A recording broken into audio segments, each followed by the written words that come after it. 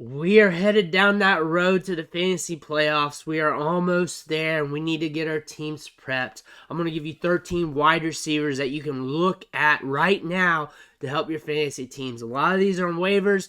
Some of these guys you might be able to deal for, or some of these you just need to take more seriously and start putting them in your lineup. So we're going to hit them with wide receiver number 1 today, and we're going to be talking about Paris Campbell from the Colts. 3 targets last week, but that was a 14% target share, so still large enough ownership of the targets for last week on a low volume game. He still saw an 87% snap share. In his last 3 games, he saw 18 targets and a 22.8% target share. So the volume's there, the athleticism is there, and Campbell could give you some boom weeks here in the near future. The next wide receiver we're going to talk about here, he has been sneaky good with volume. He has been sneaky getting some upside here, and we're talking about Mac Hollins of the Raiders. Saw 76 snaps last week. 5th most among all wide receivers. Sneaky up there. The guy's been getting a lot of work. 20 targets in his last 3 games. 18% target share. Doesn't sound much, but with Devontae Adams getting around a 34-35% share of the targets, 18% is pretty high. He's also been getting a fair amount of air yards. Hollins is a guy getting enough workload to give you some spiked weeks. Another wide receiver who's trending up right now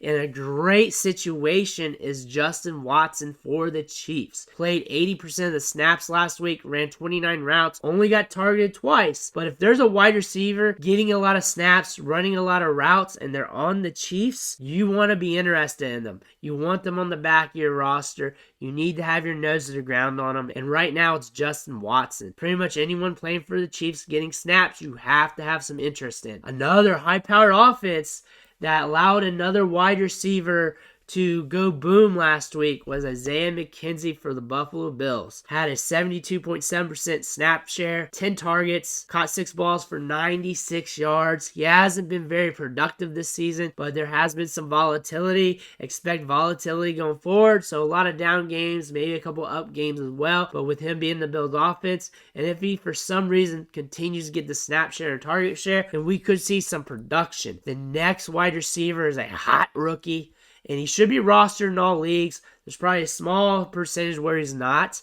But honestly, you need to consider him an impactful starter for your team going forward. Not a guy to pick up, but an impactful starter. I'm talking about Trailon Burks of the Titans. He's the number 1 ad for most waiver wire content in fantasy football space right now. Played 67% of the snaps last week, led the team with 6 targets. It's got a strong playoff schedule. Week 15 against the Chargers with a 20th ranked secondary. In week 16, he's got the Texans, who has the 32nd ranked secondary. So there's some upside here. He's going to lead the team in targets, and his snap share should only increase going forward. Another wide receiver here and a good offense who's just coming back from an injury, just getting his feet wet, and we're seeing him starting to get the workload is Michael Gallup of the Dallas Cowboys. Saw 76% of the snaps on Thanksgiving, 8 targets, and is averaging 6.9 targets per game when healthy with Dak. Expect this to continue. He was the wide receiver 2 before the injury. Now we're getting back to old Michael Gallup, a wide receiver who is getting a lot of workload and is getting a lot of production here and could be impactful going forward is Zay Jones of the Jaguars. 27 fantasy points on 14 targets last week, 24 targets in the last 2 games. Plays Detroit next, 30th ranked in pass coverage, available in 75% of leagues. A great waiver wire pickup if you're hurting at wide receiver. Another guy that you can get whose value is increasing right now is Nelson Agholor of the Patriots. Played 80% of snaps last week, saw 8 targets in week 13, and he benefited from Jacoby Myers' injury. So with him being on field running routes, that could create opportunity, but you need to monitor him this week as well because he came out with a back injury, so he might not be able to suit up, but he's also a player that you just need to monitor. Deeper leagues, he might be a guy you want to look at. We have a veteran coming back. We've all been watching him. It's Odell Beckham. Should sign with a team soon. When he does, it will be in a good situation with a good quarterback. You may want to go then or just get him now. That way you have him before the playoffs starts.